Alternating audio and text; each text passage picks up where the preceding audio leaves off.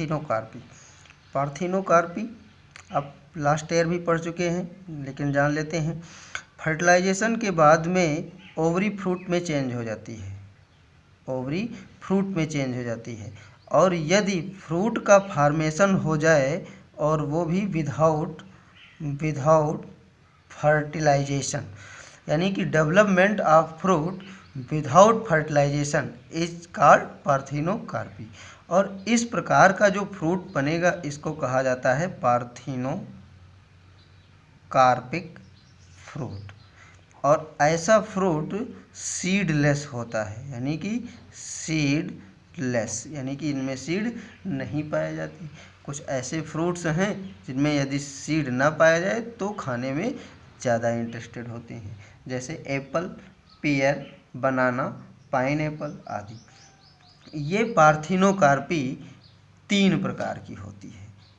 पहला genetic parthenocarpy, यानी कि इसमें जो विदाउट फर्टिलाइजेशन फ्रूट का डेवलपमेंट होता है वो जेनेटिकली इंड्यूस्ड होता है। इनके जेनेटिक्स में ही होता है कि बिना फर्टिलाइजेशन के फ्रूट का डेवलपमेंट हो जाए, जैसे कि बनाना,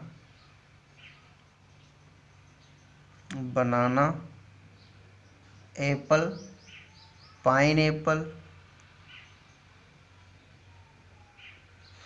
और ग्रेप्स। नेक्स्ट है इन्वायरमेंटल पार्थिनोकार्पी। इन्वायरमेंटल पार्थिनोकार्पी यानी कि ये इन्वायरमेंटली इंड्यूस, इन्वायरमेंट में चेंज के अकॉर्डिंग, यानी टेम्परेचर में चेंज कर दिया जाए, जैसे तापमान बदल दिया जाए, तो अगर टेम्परेचर में चेंजिंग होने की वजह से बिना फर्टिलाइजेशन के ओवरी फ्रूट में चेंज हो जाता है तो ये कहलाता है इन्वायरमेंटली इंड्यूस्ड पार्थिनोकार्पी। पियर, ओलिव और कैप्सिकम में इस प्रकार का कोई डेवलपमेंट देखा गया है। तीसरा है केमिकल पार्थिनोकार्पी। कुछ केमिकल्स हैं, लास्ट ईयर आप पढ़ चुके हैं, ऑक्सिन और जिबेरेलिन।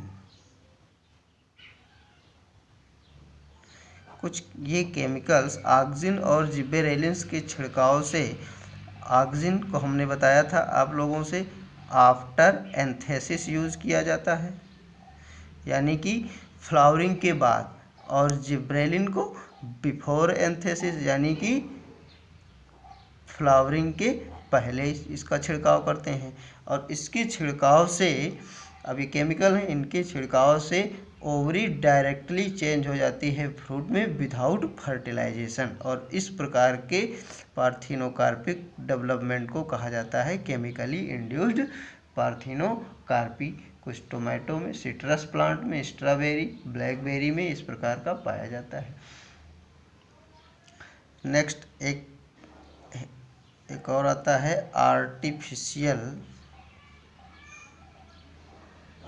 हाइब्रिडाइजेशन। आर्टिफिशियल हाइब्रिडाइजेशन यानी कि कृत्रिम संकरण।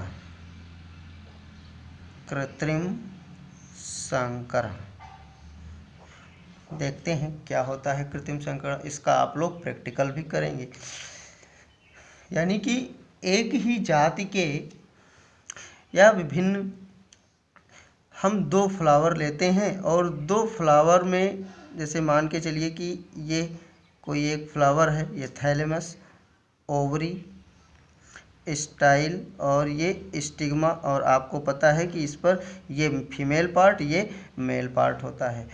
दूसरा फ्लावर ले लेते हैं इस प्रकार से, स्टिग्मा और ये स्टेमेन।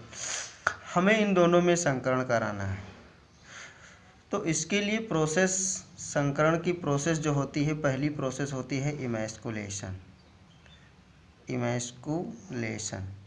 यानी रिमूवल, जो फ्लावर, मान लीजिए कि ये फ्लावर हम फीमेल की तरह ट्रीट कर रहे हैं और ये मेल की तरह हम ट्रीट कर रहे हैं, तो फीमेल वाले फ्लावर जिसको हम फीमेल की तरह मानकर चल रहे हैं उसमें से हम मेल पार्ट को हटा देते हैं, ये कहलाता है इमेस्कुलेशन, यानी कि removal of stamen from the flower treated as female flower.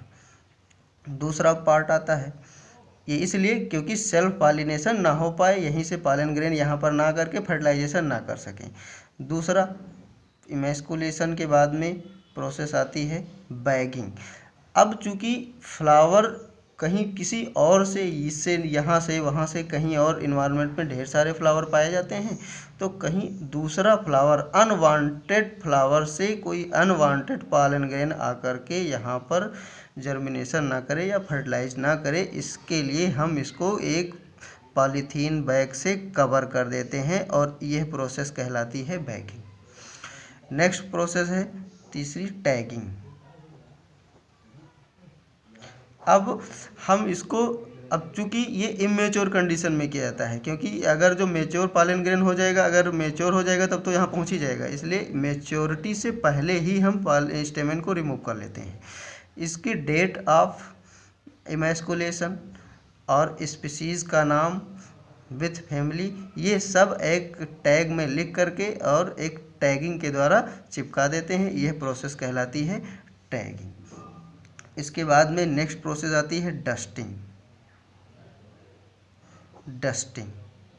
Dusting में जब स्टिग्मा, इसका ये फीमेल पार्ट, इस फ्लावर का पूरा फीमेल पार्ट मैच्योर हो जाता है, तो हम वांछित पॉलन ग्रेन को जिस स्पीसीज़ के, जिस पौधे से, जिस फ्लावर से हमें संकरण कराना है, वहाँ के मेल पार्ट को, यहाँ भी इसको हमने मेल फ्लावर ट्रीट किया है, तो यहाँ से पॉलन ग्रेन ला करके आर्टिफिशियल इसको हम कहते हैं डस्टिंग कर देते हैं। तो इसके लिए सबसे पहले बैग को ओपन करेंगे, ओपन करने के बाद में पॉलन ग्रेन ला करके यहाँ पर छोड़ देंगे, इस प्रोसेस को कहते हैं डस्टिंग। डस्टिंग करने के बाद में, यानी पॉलन ग्रेन छोड़ने के बाद में पुनः फिर से बैगिंग कर दिया जाता है और इस प्रोसेस को कहते हैं री बैगिंग। ठीक है, इस प्रकार से अब यहाँ पर हम कृत्रिम संकरण करा लेते हैं, यानी कि जिस पॉलन ग्रेन को हम यहाँ लाए थे वो पॉलन ट्यूब का जर्मिनेशन होगा, पॉलन ट्यूब बढ़ेगा, फर्टिलाइजेशन होगा और सीड का फॉर्मेशन होगा, यानी कि नेचुरल फर्टिलाइजेशन से, हाइब्रिडाइजेशन से हट करके हमने आर्टिफिशियल हाइब्रिडाइजेशन कराया है। ये process emasculation, bagging, tagging, dusting और फिर रीबैगिंग।